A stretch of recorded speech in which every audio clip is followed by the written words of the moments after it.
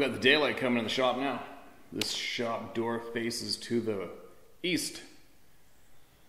And the pile of shit we got in this yard hauled up, holy cow. I'm gonna have to hire a big bin to come in and get all the stuff and I'm ready to go. But anyway, so now you got the natural light, so you actually see some of these goofy items behind me. And for anybody curious, yes, the mounted deer, black-tailed deer, and that one on the wall behind me, took me a handful of years to get him. He's the Mac Daddy. And that whitetail mounted right there is an Alberta whitetail, grain-fed. I honestly don't think I've ever had better tasting game meat than Alberta whitetail myself. Well, elk and moose are right up there. Sheep's, mountain sheep, see the mountain sheep on the wall?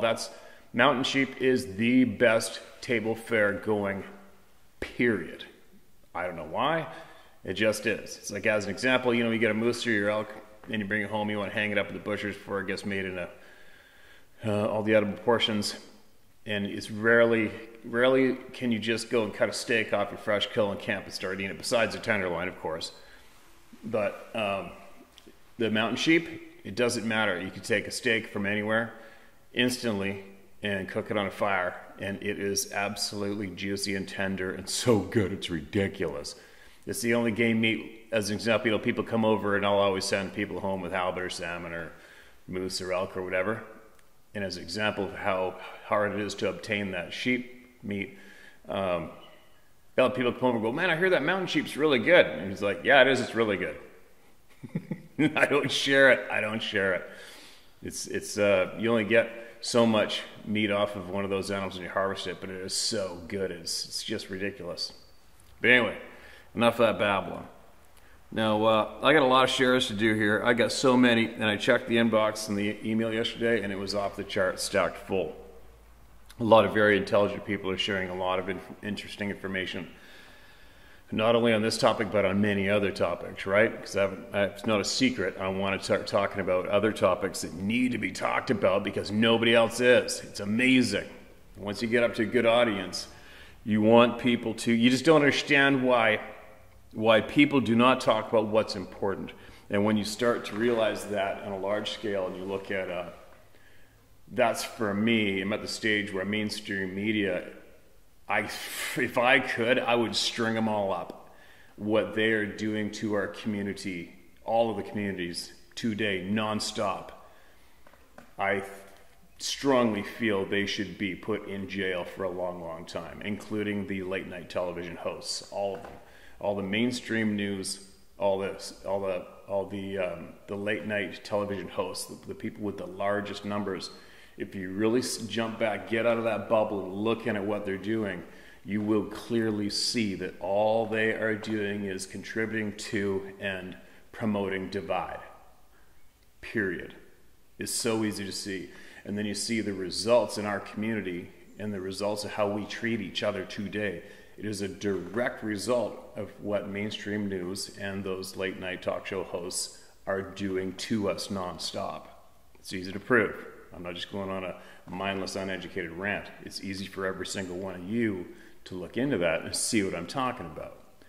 And as this community here grows, I am going to start hammering on those pricks harder and harder and more directly.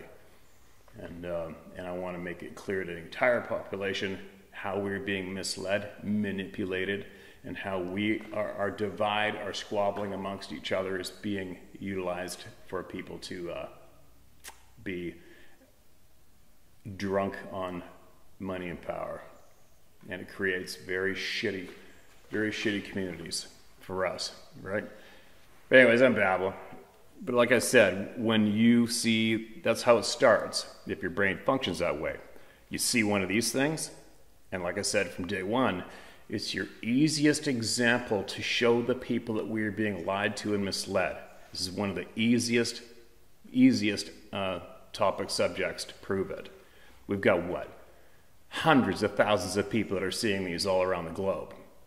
And it easily as well shows you the power of mainstream media, the power of mainstream news, the power of the people with the largest audience.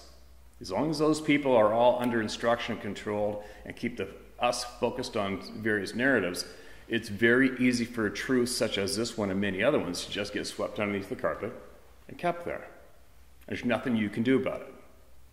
right? But we're going to do something about it. You know, as an example, I got to say this one more time. As an example of what one of the notes that I take down, which I always wonder about, and I wonder why you don't see, the majority of people don't see it. Here's an example. So how uneducated we are, and here's an example of how easily we are manipulated to attack each other. Let's just say there's a police force somewhere in North America. They're very abusive, maybe killed a couple people, possibly intentionally, more from abuse of power. The community goes insane. What are we taught to and conditioned to do? When we're upset, we attack each other, right? No educated, rational thinking mind blocks a highway with their bodies and beats on senior citizens' cars when they're trying to go to the drive-through, or somebody's trying to drive through to get to their child, or somebody's trying to get to the hospital. No educated, rational thinking mind blocks the people and attacks the people and beats on people's vehicles when they're upset with authorities, right? Now, if we were to think clearly and rationally, and we're upset about something that's going on in our community that wasn't right, whether it be the police force or the government, we would go block the driveways of the politicians, right? You go and protest to the people who are in control. You don't do what they've conditioned you to do and attack us. You don't attack each other. You don't beat on your neighbor. You don't pull the trigger on your neighbor, right? Anyway, obviously I'm going on a bit of a rant, but that's really been on my mind a lot lately. It's really been bothering me, and I will do another video. I'm going to do a handful of videos on it later to point out the obvious to all of you so you can share it with your children and everybody else and point it out yourself and start changing the shit around. You know, it's just like when you go to another country, terrorists. Here's another example, terrorists.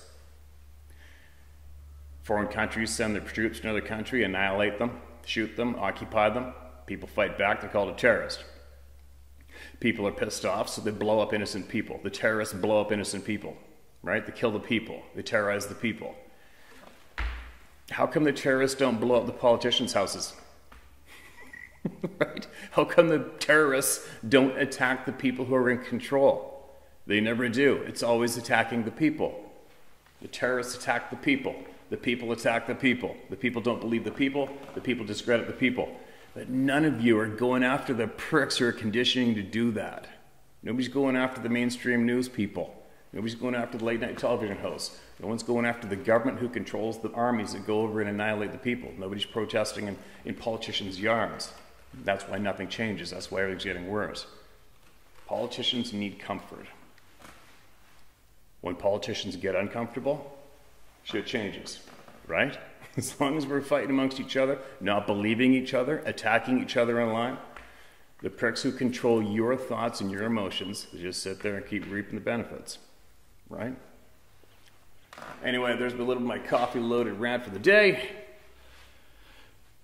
Obviously, I got a lot to talk about besides just this topic, but this topic is important to me because of the tens of thousands of people who are being discredited and losing their passion for the outdoors, and we're getting that back, so here we go.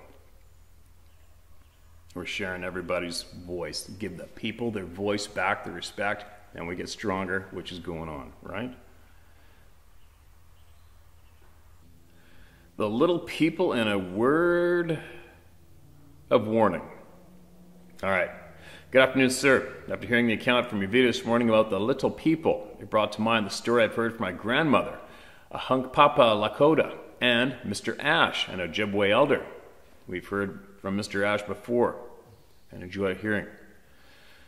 In all the spirits of the land, the little people are the most benevolent. It is easy to have the elders of native tribes talk about the Sabe than the little people. They're scared to death of them. The Ojibwe, if they tell you at all, will speak of the Pukwudgie or the Memagwesinag, plural, or the Memagwesi, singular. They are described as 2 to 5 feet tall with long dark hair and a grotesque appearance. Some have described them as troll-like. They are said to be water spirits that live near rivers and in swamp areas and large mounds. They can appear and disappear at will. Some have been seen turning into bright balls of light, then shooting through the woods, bobbing through the timber.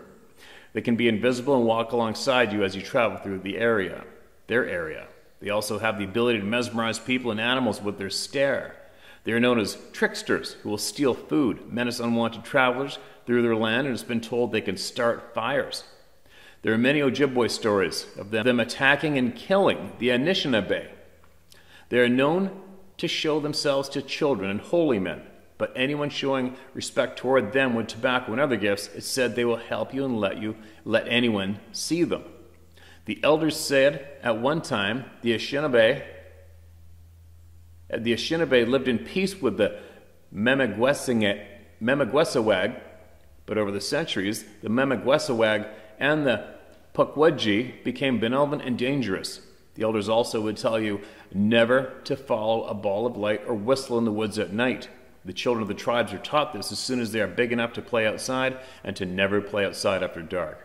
Then there's the Nirumbi and the Awakul. The Plains tribes have several names for them. They will not speak of them except to family.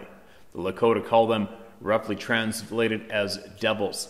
Explorers Lewis and Clark wrote about them in their journals in 1804, along with the Lewis and Clark.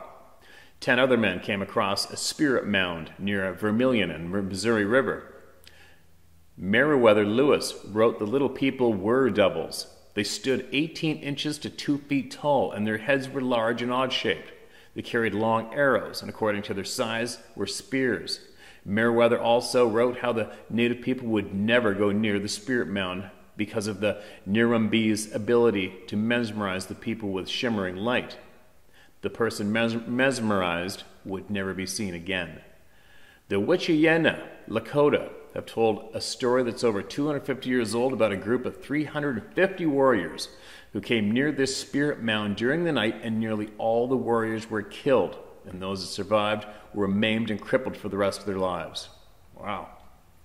The Cherokees speak of, if they tell you at all, about the Yunwi Tsindi Tsunsi. These little people are barely 20 inches tall, but in this case they are described as being handsome with long black hair that nearly touches the ground. They've been known to help those who are lost in the woods and care for them until help comes or the person finds their way to safety. They are considered as guardians of the Cherokee people. The Cherokee have an oral histories of how Yunwi Tsunsti helped and guided the Cherokee on the Trail of Tears. It's been said that Yunwi Tsunzi helped lost children in the woods and swamps. Want to hear the story of the young boy who was lost in the woods down in the Carolinas for days, and he said a bear had taken care of him? I immediately thought it was either a young Sabe or a Yunwi Tsindi. Who knows? I wasn't there, but that's my thought. The Cherokee say it's a bad medicine to speak of the Yunwi Tsunsti, period. And if you do see one, you can't give the account for 7 years after seeing them, and the number one rule when it comes to the Yunwi Tsunsti is to never speak about them after dark. Just by speaking of them after dark will bring the person speaking and their family misfortune or even death. There is much more in the woods and swamps of our lands than just the Sabe that we have no understanding. Mr. Ash told me once that the Memiwesawag and the Pukwudgie were Sabe's little brother. They travel together at times. When I asked more about what he meant, he shook his head and told me, "I have said enough." I knew never to press Mr. Ash. The wisdom I've gained from him to this day awes me. I wish I could ask more about my woodland neighbors, the Sabe. I have no fear of them, though they can put the fear of God in you with their screams. Every tribe in the North and South America have their own stories of the little people. Look up the tribes in your piece of the world and try to find some of the native stories. Lamestream media and the so-called scientific community writes off the native stories as nothing more than folklore and myth. With a little due diligence, read everything from the tribes. Piece it together and you'll find the authenticity of the stories. And there is no doubt in my mind that is strong, true words. Take care, Steve. Good to see you feeling better, and congratulations on receiving your own blessing of having the Sasquatch trust you enough to let you see him or her. They know you're in the woods with them. They see us before we see them. Mr. Ash would tell you, you can have no better friend in the natural world. Respect is always returned when given to these people. Hope this helps someone with their journey of understanding. You still have a standing offer to come by the cabin anytime you're in my neck of the woods. Mitakwe Owesin, pronounced Mitaku Owasin. Oyasin. Let me do that one more time. Mitaku Oyasin. All are related. Brian Stidham. Brian, I can't tell you how much I appreciate you taking your time to share that with all of us through me. I absolutely appreciate it. And I hope that we can hear more and more, right? And like you said, lamestream media and what's also referred to today as political science is 100% the enemy of the people. Always have been, always will be. Anything that helps and benefits the people is squashed by those two groups consistently, right? Look into it, prove me wrong, okay? What else do we got?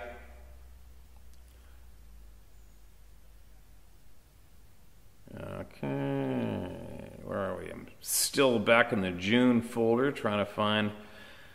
Oh, this is a screenshot from something. All right, what do we got?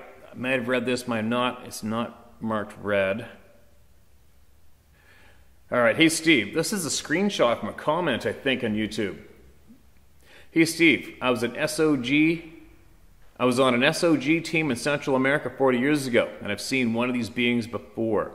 For your information, my buddy, who was still in the service, told me of a time they were told to mount up and lock and load during winter mountain training because a unit had been wiped out.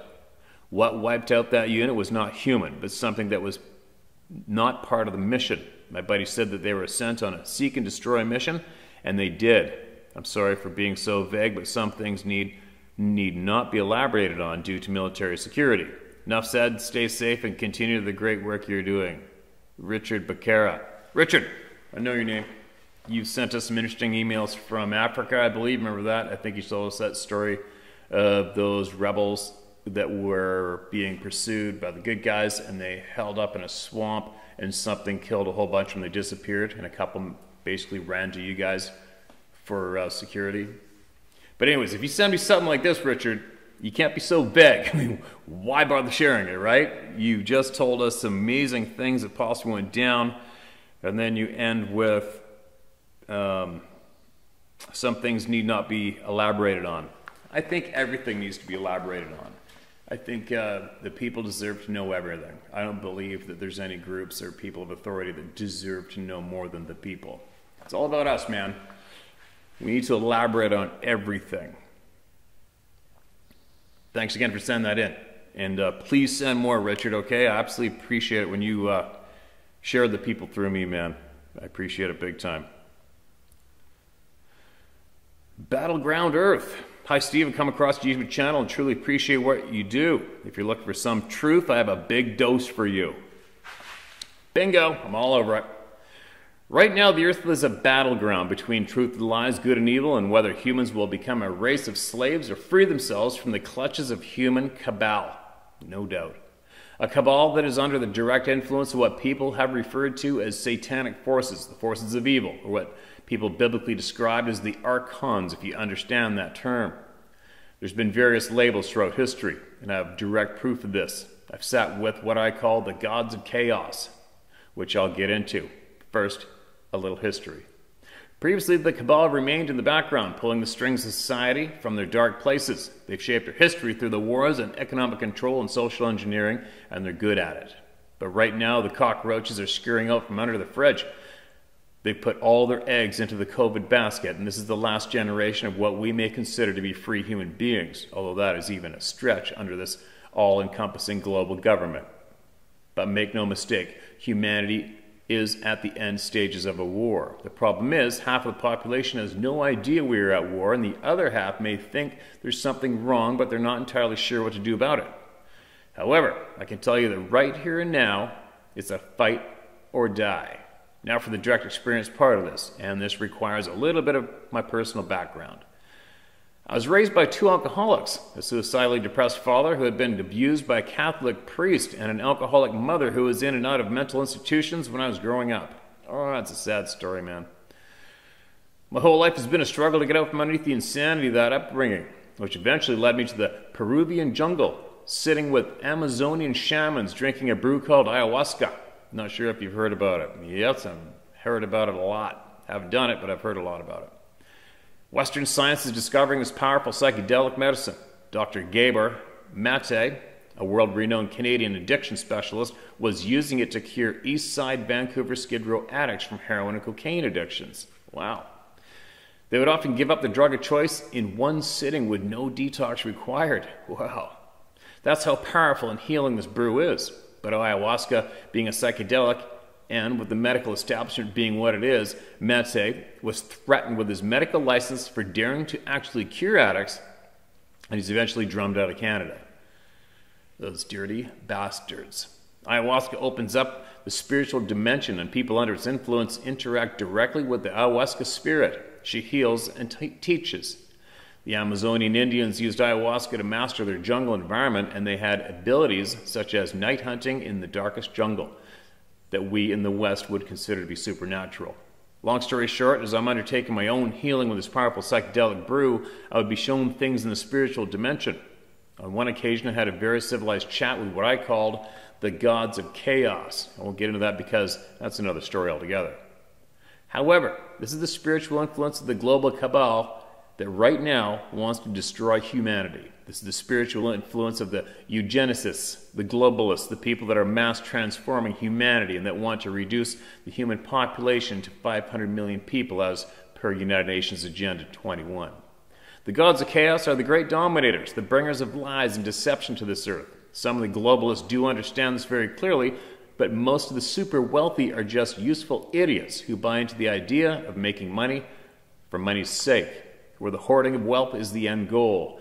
And us, little people, are nothing but human chattel to be used or killed at their pleasure as they see fit. There's a spiritual force that is at work on this earth today, and they are now wanting to kill off 6 or 7 billion people to get humanity to what they consider a manageable level of 500 million. This is the end game, their last gambit, the turning point, and it's now kill or be killed. Anyone who is actually speaking the truth and exposing the lies is an enemy, which means you are their enemy. I haven't been shown what the outcome of the battle raging right now will be, but I know that the people must stand up and fight for not only their freedom, but for their lives. This is battleground Earth, and it's happening right here and right now. You're absolutely right about uniting people and leaving no one behind. God bless you in the work you do, Steve. You speak in the truth. Get people to understand our shared humanity. Fight or die. Alan Finney. Alan, interesting email, man. Thanks for that share. And if you can, email me at least more on your journey and how you progress through it and what you learn and find out, all right? And the cabal, the global battle going on Earth, there's too much evidence pointing to that being true. Sadly, the majority of people are stuck looking at photographs on their phone going like this all day, right? Or fighting and squabbling with each other, screaming out racism, screaming out gender neutral this and all this other bullshit that has been created for all of you to squabble amongst each other. When all you gotta do is embrace your neighbor no matter what they look like and love them and protect them and listen to them. That's all you gotta do. If everybody did that across the board, the amount of bullshit society has right now would be instantly eliminated. Wouldn't that be incredible? It's all up to you. It's up to the people, man. It's up to the people, right? You got to recognize who's actually making you mad at your neighbor. It's not your neighbor. I'll guarantee you that one. It's not your neighbor. Why don't you try looking at that? If you get a chance, look into who is creating the divide, who is promoting the divide. It's very easy to see. It's easy to see what the mainstream suppresses. It's easy to see what the mainstream deletes so you can't see or hear it. And it's also easy to see what they promote. Now, what are the most common promoted topics today that piss you off delivered from mainstream media? Check it out. Just do it yourself, all right? And if you can think of a little more independently, go against what they're promoting. Go against it. Don't go with it. And then see what happens to your daily life. It's going to change. All right? Quite the day of babbling here today, isn't it? I don't even know if we shared a Sasquatch story yet, have we? All right, what do we got? Okay. Oh, man. I haven't watched the news since the Oklahoma State building bombing in the early 90s. I slept a little when 9/11 went down. I'm an empath, you see, and these things literally hurt me. I stick to nature. Things aren't evil out there. This is why I think I understand why water, especially running water, blocks the vibration of each other. Now bear with me. Water naturally occurring and moving, is the best place for me to go when everyone is upset and agitated. It creates its own field of energy, and that is pure. There was a wonderful scientist recently passed that did experiments on water memory, a Dr. Emoto.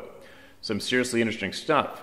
Basically, if all around me is full of shit and upset, like this past year and a half, I head to the river, it buffers all the random feelings and leaves me with just my feelings. Also, you said your ears ring constantly.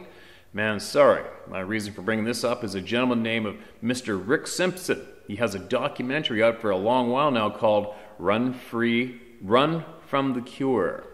He has what the doctors call a suicidal injury. Basically, he got banged in the head bad, and the never-ending ringing in his head would drive someone to that. Believe me, I don't take this lightly. I lost both brothers this way. He makes his own medicine. He caught charges for making it and giving it away. The judge in the case said he should have been given a medal, but had to give him a trafficking charge. He took care of his legal and left Canada for good because of his government. I make medicine for me, my dog, and another half always. It works for so many ailments. And you are legal up there now. Wash this stuff up and make your own cure. UFOs and Sabe aren't even the beginning of the lies. Thanks for all you're doing. Bring the light in to chase those shadowy efforts into the light of truth and knowledge. Shannon. All right, Shannon, thanks for that share. I don't see any recipe for that medicine or where we can see it or even the name of it. If you could email that back, it might help somebody out. And somebody especially who's curious of it, which I am. My experience with SAS. All right, let me mark this as red. You may not want to share my experiences because, unlike others, mine are only positive. Now, why would you say that? I'm not just after negative, I'm after it all. I'm after whatever helps the people, all right? I communicate with Scott Carpenter quite a bit since my experiences show nothing but love, affection, caring, concern regarding me. I guess I'm one of the few lucky ones. I live in central New Hampshire in a rural area. I have 8 acres of which Sask have lived there. I discovered them 5 years ago when an adult male approached me 20 feet away. After a few moments after sizing me up, he just vanished. No, I was not scared, but amazed that after only 2 months, one would approach me and observe me long before I saw him. After that encounter, it has been the most wonderful experience of my life. They guard me night and day. They have written to me on paper and left it the next morning. The gifts they give me are magnificent. Each morning I wake up to their wood knocks, woos, and whistles. After we have all greeted each other good morning, they are off on their day as I am on mine. The most important thing is respect. They understand me when I speak to them. They can speak English, and I have spoken my name 2 times. A month ago I got my first lip smack that I got recorded. I play music for them, and occasionally we will have a jam session with all of us beating our sticks to the music. If they want more, they say woo woo. If I am upset, I tell them. Usually a female will gently hum to me, along with a heavenly fragrance to help me. The juveniles will come up at night and sleep around the back of the house. In the woods, they love to tease me, and I tease them back, and they have marvelous sense of humor. These beings are also highly intelligent beyond what we could ever comprehend. They know every language there is to know. We love to communicate with each other by glyphs. I wish others could have experiences like that I have, but I do understand why they're not like humans. Thank you for Steve being here for us. Cheers, Megan. P.S. I'll send a couple photos and show they can be kind and loving. Okay, Megan, I'm looking forward to it. And but Megan, be sure you're aware. It sounds like you are possibly quite fortunate, but just beware. These aren't the only things running around out there. All right, we got literally hundreds of millions of people in North America, and a lot of these people are being terrorized, possibly abducted, harmed, have animals and pets being absolutely annihilated. And it's not just the Sasquatch that are running around, right? Well, thanks for that share. If you want to share some photos, everybody, go ahead. But if you want to share more detail, if you can, of what's really going on with these beings, we're all ears. And make sure you share it, all right? All right, what do we got? Not so many Sasquatch experiences. I'm just reading these as they're saved into into the notes from the inboxes. Nothing's in order. Nothing's been pre-read. Okay, you guys? I said, bizarre encounter, a 4-year-old and family. All right. Hi, Steve. My name is Casey from Connecticut in the U.S. I've sent this story in before, but I know how busy you are, but I think it is important due to involving a child. You read my personal encounter just last year, and I apologize if I'm a pain in the ass. You're not a pain in the ass. Keep it coming. This is a multiple encounter that my very good friends are dealing with, so here it is in her words. All right. Dear Steve, I live in a suburb, northeast U.S., late 30s, married with a few children. I'm aware of Bigfoot, and I'm very open-minded as I am awake and know that I know very little about what is beyond the veil. I don't research Bigfoot, though. My son, who is 4 years old, is a brilliant little boy. His teacher says his verbal and social skills make it feel like he's 12, not almost 5.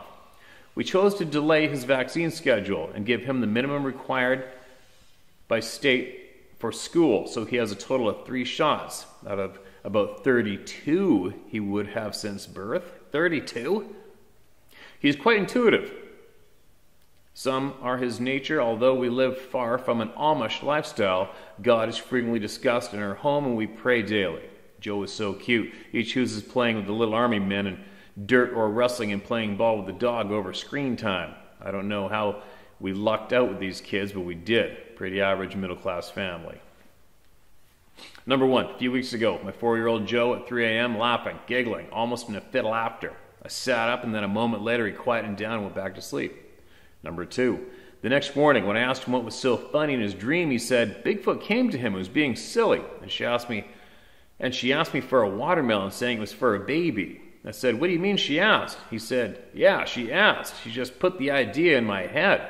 The next night he said he told her that he couldn't give her one and she said it was okay.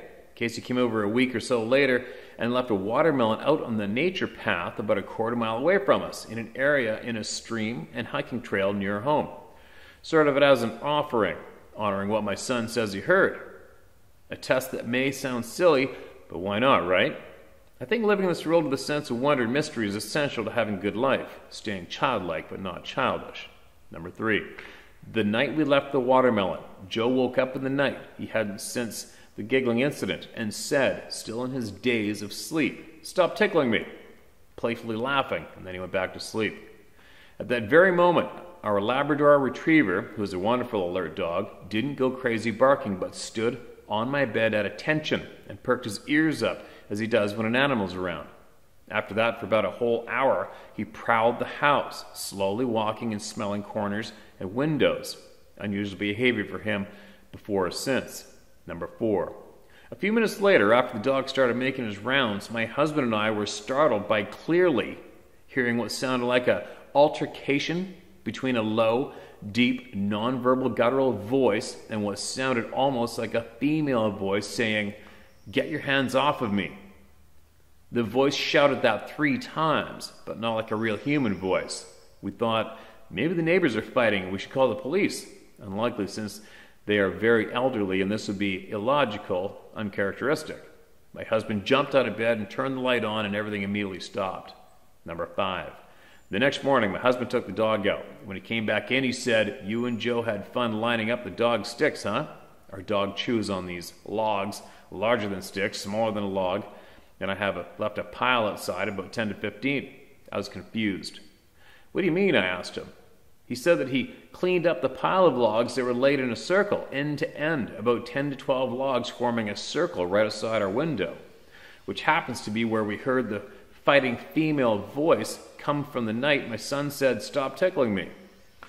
So you have an intuitive child laughing in his sleep, saying a female Bigfoot asked for watermelon. He says he was tickled by one in his sleep. We left a watermelon out, and later that night, a fight of some sort ensued outside our window, right where a circle of sticks/logs was found by my husband the next morning.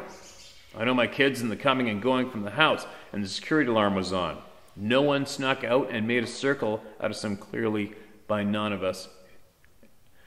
No one snuck out and made a circle out of some clearly by none of us who live here. The odd one would come in our yard and make a circle out of sticks, and a pile seemed pretty slim, right? So bizarre.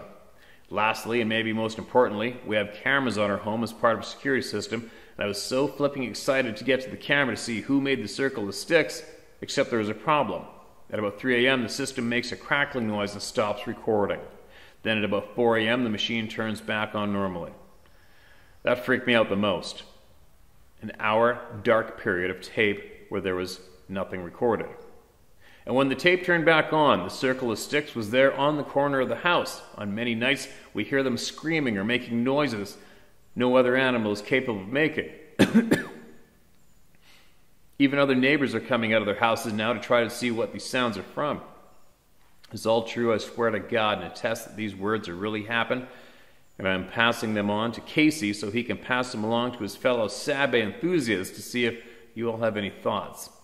All I'm doing is continuing to pray, as I always have, and just take care of my family. Curious about any feedback. Thank you so much for all you do and for all of us. You've created a place of truth. This is so rare these days. Keep it up and know we got your back no matter what. God bless you and the entire Truth Seekers. Sure. And you're right, that does sound absolutely crazy, doesn't it? Tell that to your average community and how many people are going to scream out you're nuts. But I'm at the point now I want to hear all of the people speak no matter what. We have been told what is nuts and what isn't nuts since we were kids in school, right? Not anymore. I want to hear it all. I don't know about you guys, but I want to hear it all. What would I do if I were you? I would just tell them flat out, leave me alone. Just leave me alone. I'm not here to bother you. I don't want nothing to do with you. Leave me alone and let us be safe and live peacefully. You know, it's about all you can do right at this point is tell them what you want and don't want. Now, please ask Owlman. All right, I'll let you do it right now.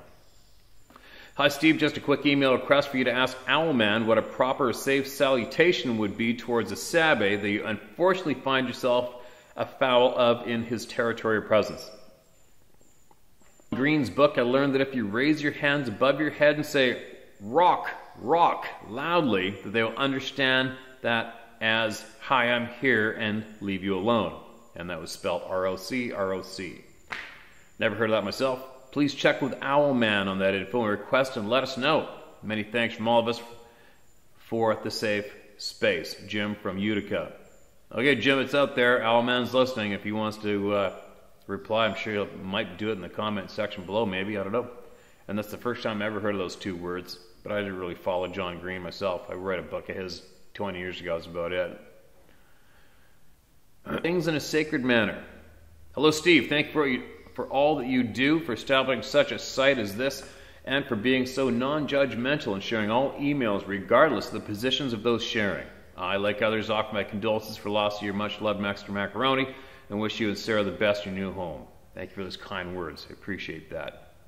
Just finished watching a video on June 18th, 2021, and felt compelled to send you this in response to a question raised and a statement made in a previous email because both are related.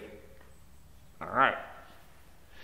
Sabbath is only a part of the bigger truth, stated in his email that we don't know who we are, that we can see without our eyes and feel without our skin. And I would agree with this statement. We don't know who we are. It has been said that we are spiritual beings having a physical experience. And in my understanding and experience, we are. This physical experience that we are all having is a necessary part of our developmental process, just as the time we spent in the womb acquiring the physical components that we would need for our time in this world. We're here in this physical realm to acquire those components we will need in the next world. Those components we will need in the next world are spiritual in nature, not physical. We need to develop our capacity to love, especially to love those who are different than us, to be understanding, to be compassionate, to be generous, to be accepting and tolerant of one another, not judgmental, etc. These qualities are of our higher selves, and the stronger we become in manifesting these qualities, we find that we love more, we become more confident and assured, and we fear less. As stated in Dune, fear is the mind killer. We need to learn to put aside fear in all circumstances and to bring forth love, because, as it has also been said, love is a light that dwelleth not in a heart possessed by fear. To belittle anyone's experience when they have encountered on an unknown being or force, and if felt the mind-numbing fear which has been part of many people's experience. I can only address this form from my own personal experience, and which come in dreams, and offer the following. Ever since I was a young child, I've encountered bears in my dreams. I've had 3 such dreams spread over many years. I was always terrified of the bears and tried to hide and or run from them in my dreams. We all know how hard it is to run away from something in your dream state, LOL. Anyway, sometime after the first dream, I learned of a culture from where the dream state is extremely important and determines their actions in their waking hours. In this culture, when one experiences something that frightens them to such a degree, they are told to speak to their dream self and to learn to quiet the fear. The reason for this was that the feared being was actually trying to tell you something of importance and that you needed to hear what they had to say. When I next encountered the bear in my dream, I was not yet able to quiet my fears, but by the 3rd time, and by this time I was an adult, I was able to calm my fears, and yes, the bear spoke to me. So, as spiritual beings, we need to learn how to walk through this life in a more spiritual way. There is more in keeping with the way of First Nations peoples. My teachers have been Anishinaabe and Lakota, but I've also learned from Hopi elders, Dene elders, Mayan elders, and Navajo elders. The Navajo call this walking in beauty. For others, it is called walking or approaching life in a sacred manner. One should approach each new day in a sacred manner. Be thankful. When one enters the forested areas or any isolated place, it would serve one well to approach it in a sacred manner. We do this through prayer, by identifying oneself in a sacred, humble way, to speak humbly of one's intent, and to ask for permission to enter and to acquire what one is seeking, then to be open and aware of any message you may receive. We of Western civilization have forgotten who we are, know how to approach the unknown, and how to humbly be with those who are different from us. We have much to learn, and time is more than ripe for us to learn what others have to teach us. In addition, you have now had 2 emails where people have experienced an unusual encounter with trees. One was dragged by his hair into a cedar tree. One was flipped heels over head off of a tree. And Les Stroud related an experience he had in the Hoopa territory where he and his First Nations guide heard ongoing knocks coming from within a large cedar tree. Very, very interesting. My appreciation once again for all you're doing. And we all continue to learn and grow and to understand, though through judgment, separation, disunity, through understanding, unity, growth. M.K. Thomas. P.S. My son had several experiences, and later I had an experience with the little people called Mamagwasuk. Mamagwasiuk. And I had experience with the little people called Mamagwasiuk. Wow. Well, that all sounds... All right. Well, thanks for those words and that share, man. It's going to take a lot for the majority of society to break free from the misery. You know what I mean? There's so many angry people running around today. It's kind of sad in a way, because all it is a choice, right? You wake up in the morning, you either choose to be pissed off, choose to attack your neighbor, choose to go online and look for something that makes you angry and hammer on caps lock and blow a gasket. Or you can wake up, look at that beautiful color blue in the sky, smell the fresh air, and find something that makes you feel good, right? Help somebody or learn something good and helpful. It's all choices. I guess the choices don't add up to many if you've got a lot of them being withheld or hidden from you, right? But anyway, time to go. I've babbled my head up this morning, and I got stuff to do, and I'm going to keep this ball rolling. And the larger the audience we get, the more voices we hear, and the stronger we get, the more truth comes out, right?